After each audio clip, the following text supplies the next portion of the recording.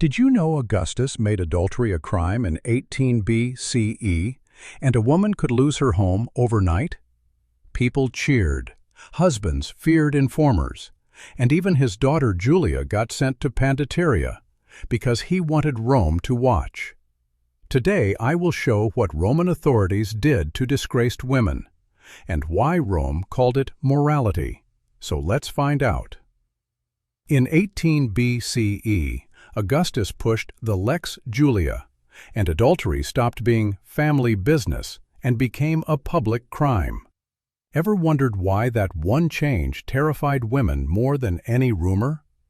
Because it turned a private accusation into a legal machine with real penalties, island exile, property seizure, and a permanent stain. Under this law, a husband had a legal duty to prosecute, and if he refused, another citizen could step in and drag the case to court. That detail matters, because it created a system where outsiders gained power over a household's most intimate mess. Judges could order exile to an island, take part of a woman's property, and force divorce, all tied to one guilty verdict. Then came the social lock. Conviction could bar a woman from respectable remarriage, so even if she returned from exile, her future stayed boxed in. Roman jurists framed the goal as protecting family order, and Ulpian's line treated the woman as a danger to that order, which made harsh outcomes easier to defend. Here is the clause that still sounds unreal. Under strict conditions, a father who caught his daughter in the act in his own house could kill her and her lover on the spot. Ask yourself this: how many laws hand a parent that kind of switch, from witness to killer, with legal cover? Augustus proved the law applied even to his house. He sent his daughter Julia to Pandateria, and ancient writers said he was stricter than the law with her, because the disgrace felt personal. Rome got the message fast. One charge could tear up money, marriage, and life, and the city loved watching what came after. Romans built punishment around public viewing, and that design shows up all over: roadside crucifixions, chain displays, and crowds near the Forum. So when a woman got condemned, why would Rome keep it private? It often did the opposite, because humiliation worked better when neighbors watched. For disgraced women, authorities could rip away the markers of respect: a veil pulled off, clothing left torn, or the stola layers yanked aside.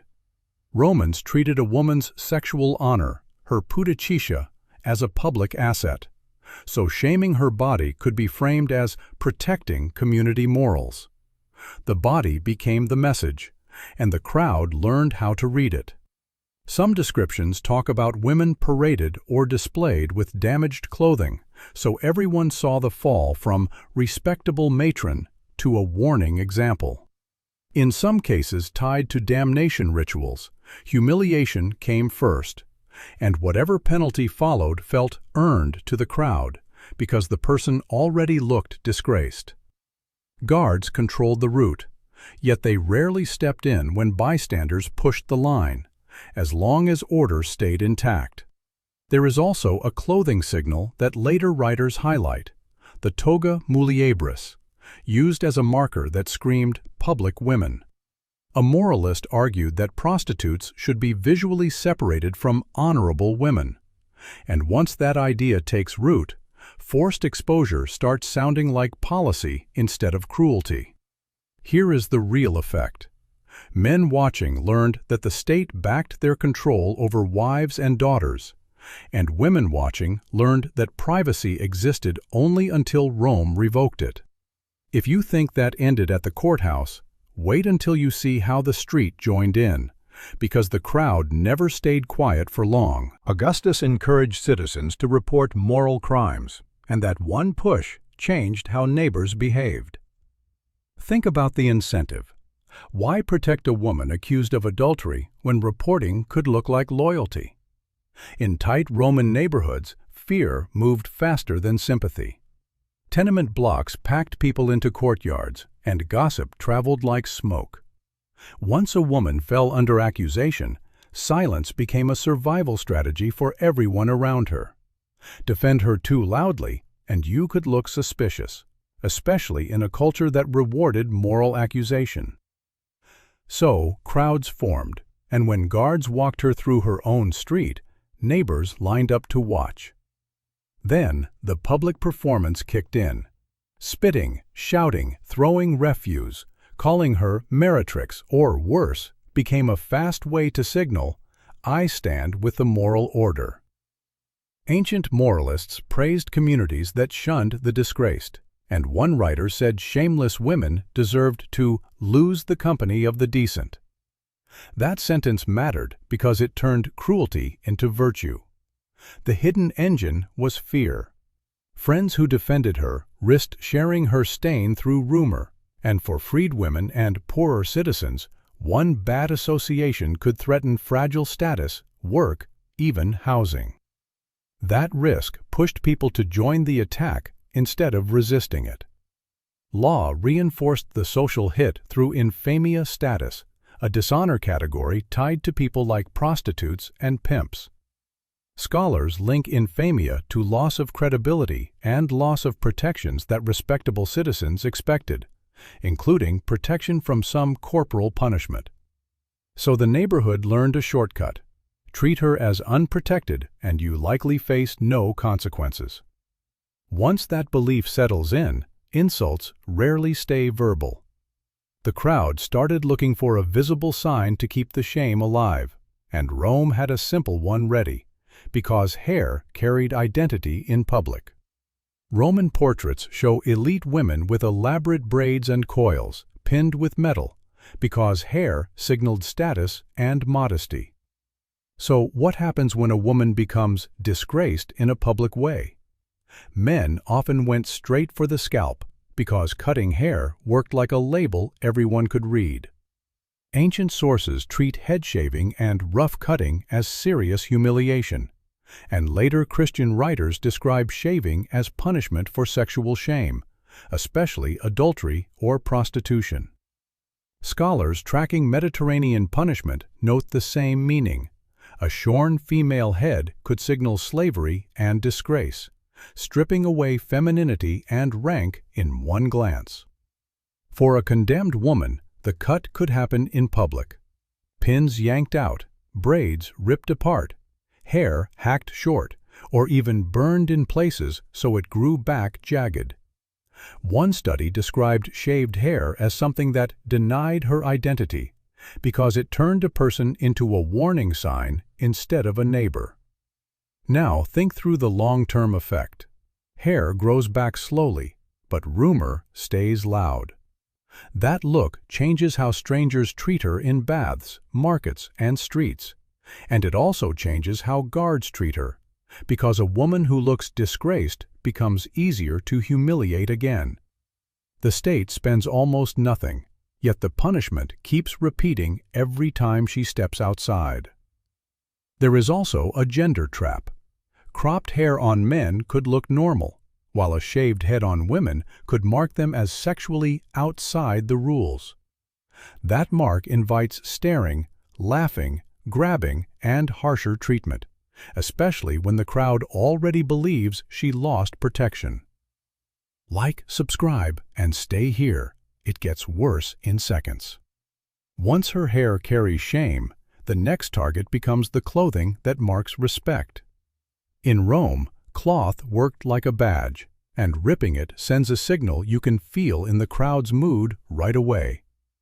If you think that it stays staring, the next part turns physical fast. The stola garment mattered in Rome because it signaled modesty and rank at a glance. So when officials or soldiers ripped those layers, they did more than expose skin. They announced she no longer counted as respectable. That one signal can flip how a whole street behaves. Accounts of captured women after battles mention soldiers dragging them by clothing, stripping them in camps, and displaying them during triumphs. Historians of Roman warfare describe clothing theft as plunder and humiliation, and they connect it to sexual violence that often followed. Inside the city, tearing clothes sent the same message. Boundaries around her body had collapsed. Ask yourself why cloth carries so much power. Clothing told strangers what rules to follow, who to greet, who to avoid, and who to protect. Once a dress looked shredded, a woman could look like public property. Men who already wanted to push limits could claim the moment invited it, and guards often focused on keeping the route moving, so they chose convenience over protection. For enslaved and freed women, torn clothing carried another danger. It blurred the line between citizen and slave. That blur shaped how strangers felt allowed to touch, threaten, or demand. The result was a fast slide from street harassment into violence. This also explains why Rome tolerated the practice. It turned one person into a lesson with minimal effort. The crowd did the extra policing for free because the visual cue gave them permission. Each rip of fabric told bystanders, "Treat her differently now," and many accepted the invitation. Once that invitation exists, staring shifts into hands. Hands shift into shoves. Shoves shift into blows. And the worst part is that attackers could claim it was crowd reaction, not a crime. If you want to understand how fast that turns into public violence, look at how guards handled the next stage. Studies of Roman domestic violence describe women, slaves, and children as the ancient world's most vulnerable people, largely unprotected when stronger men chose force. During public shaming, that vulnerability got magnified because crowds treated punishment like entertainment. Sources describe condemned people slapped, kicked, and clubbed on the way to prison or execution, with soldiers guiding the route and crowds adding blows. On paper, magistrates controlled punishment. In practice, the street often blurred into the sentence, and guards rarely stopped it unless it threatened public order. Legal status shaped the risk. People pushed into dishonor categories could lose protections respectable citizens expected, so the crowd felt freer to act. That gap created a dangerous zone, where violence that would count as assault against a senator's wife could pass as reaction when the target carried a stain. Every hit carried a second danger, visible injury. A broken nose, missing teeth, and facial scars could change marriage chances, social standing, and basic survival. Early legal texts already priced injuries with visible scars more heavily because everyone could see the damage, and visible damage carried social meaning. Why would strangers join in? Group cruelty works like a loyalty shortcut. One person throws rotten food, another adds a shove, and others copy it to prove they stand with the moral order. Refusing to join could look like sympathy, and sympathy could look suspicious in a culture that rewarded informers. There is another detail that makes it worse. The first strike could come from someone who recognized her face. That personal hit turns punishment into social betrayal. By the time she reached a dock, prison, or exile route, her body could already be battered, and that damage often stayed off official records. Bruises can fade, though. Rome also used marks that stayed forever, written onto skin with hot metal.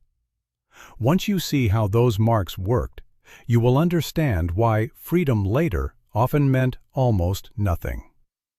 Branding and tattooing show up in Roman punishment as a tool for slaves and some criminals, and the logic was simple: make the body readable. Runaways and thieves could receive stigmata letters on the forehead, and sources describe marks like fur for thieves. The goal was public identification before any explanation. For condemned people sent to harsh labor, forced tattooing appears in descriptions linked to mines. That matters because it ties the mark to a pipeline, trial to punishment to transport. When a disgraced woman fell into slave status or hard labor, branding could turn her body into a moving legal record. Think about daily life under that. Buying bread becomes a negotiation with a scar. Entering a bathhouse becomes a risk. Even if a veil covers part of the face, burned skin can still show, and strangers can still decide what you deserve before you speak. The mark also changes how others behave. Employers can refuse work, buyers can demand lower prices, and neighbors can justify rough treatment. Even if someone freed her later, the mark argued against every second chance, because it warned people that helping her carried danger. Roman law framed branding as correction and deterrence, yet the effect felt like a life sentence. The state did not need to keep a person locked up when every stranger could enforce the label with mockery or violence. Here is the bigger connection. Once legal status drops far enough, the law starts treating harm as damage to property rather than harm to a person. That shift becomes crucial when you look at sexual violence, because Rome's rape logic depended heavily on whether the victim counted as someone's property. If that sounds brutal, it is. And the next section shows how the system made abuse easier to ignore.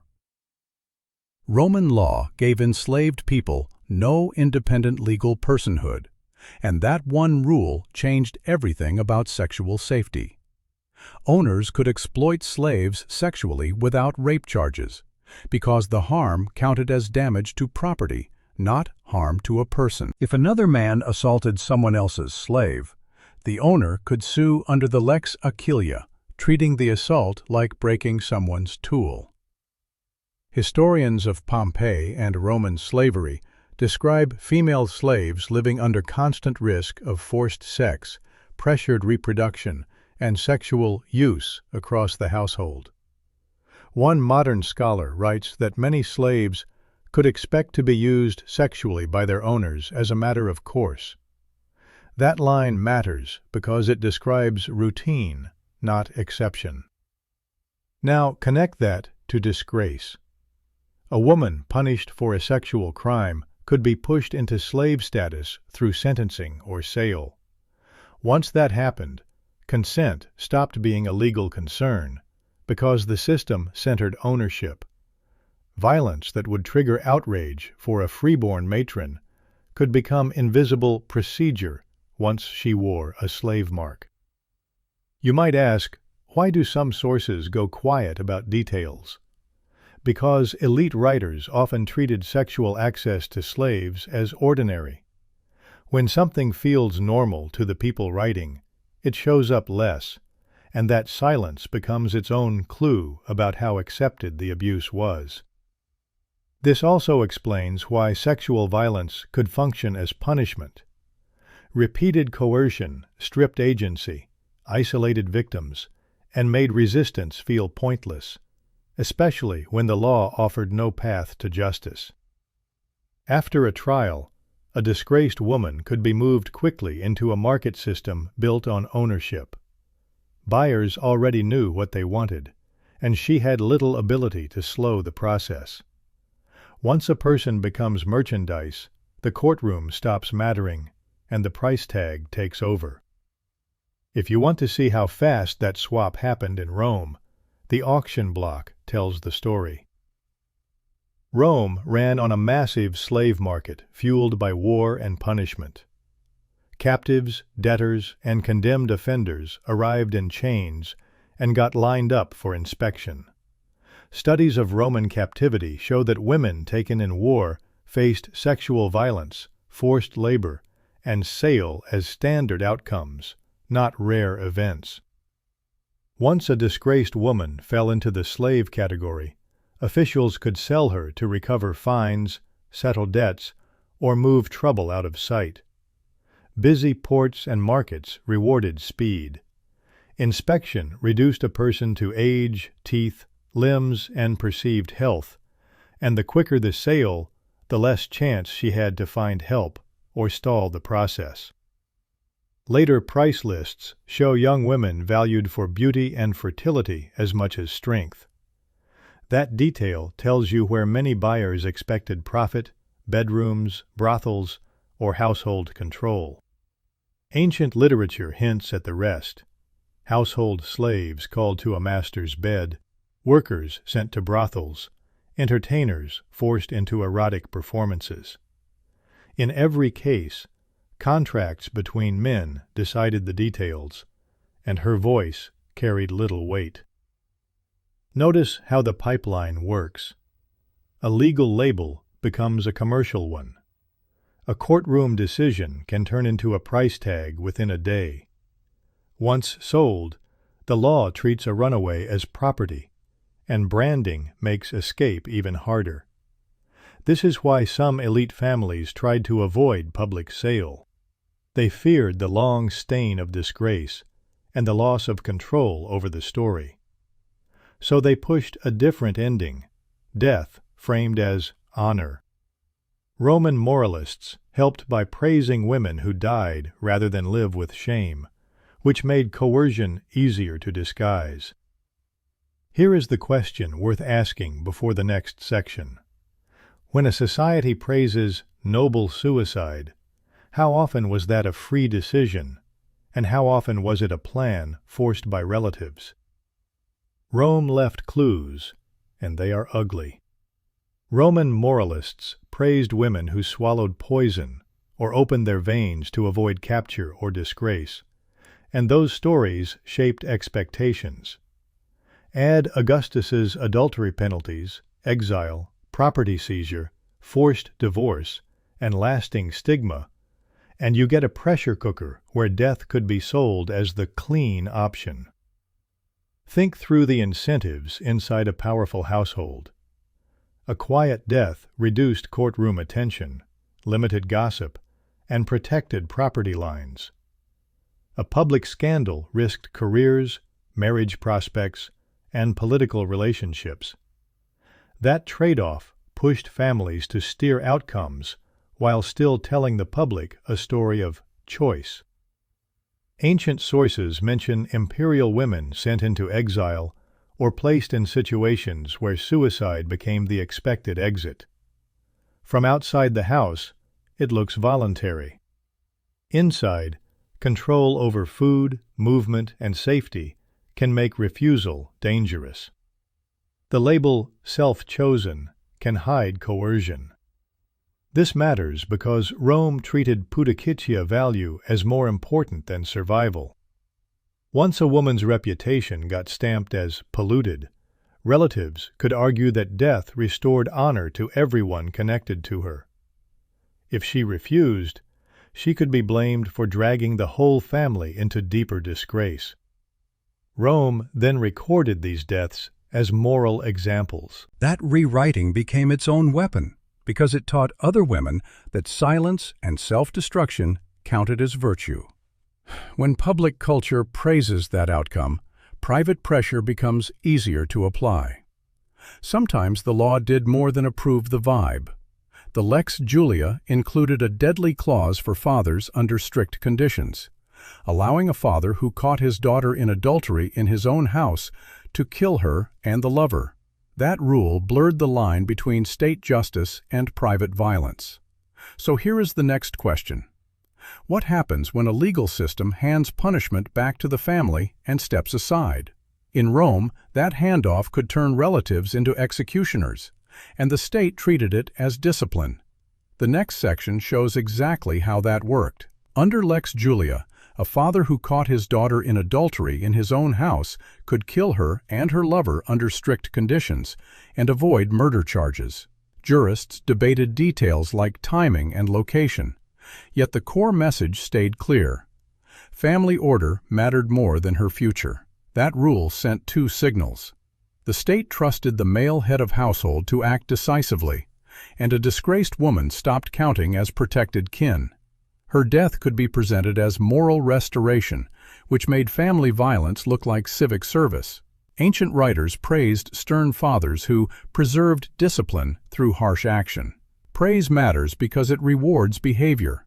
In an honor culture, a woman's disgrace could damage brothers' careers, harm sisters' marriage prospects, and stain every connected name. Fear of collective shame can push relatives to act fast. Even when families avoided outright killing, control could still be severe. Locking a woman away, stripping dowries, forcing divorce, and using violence inside the home could happen with little outside oversight.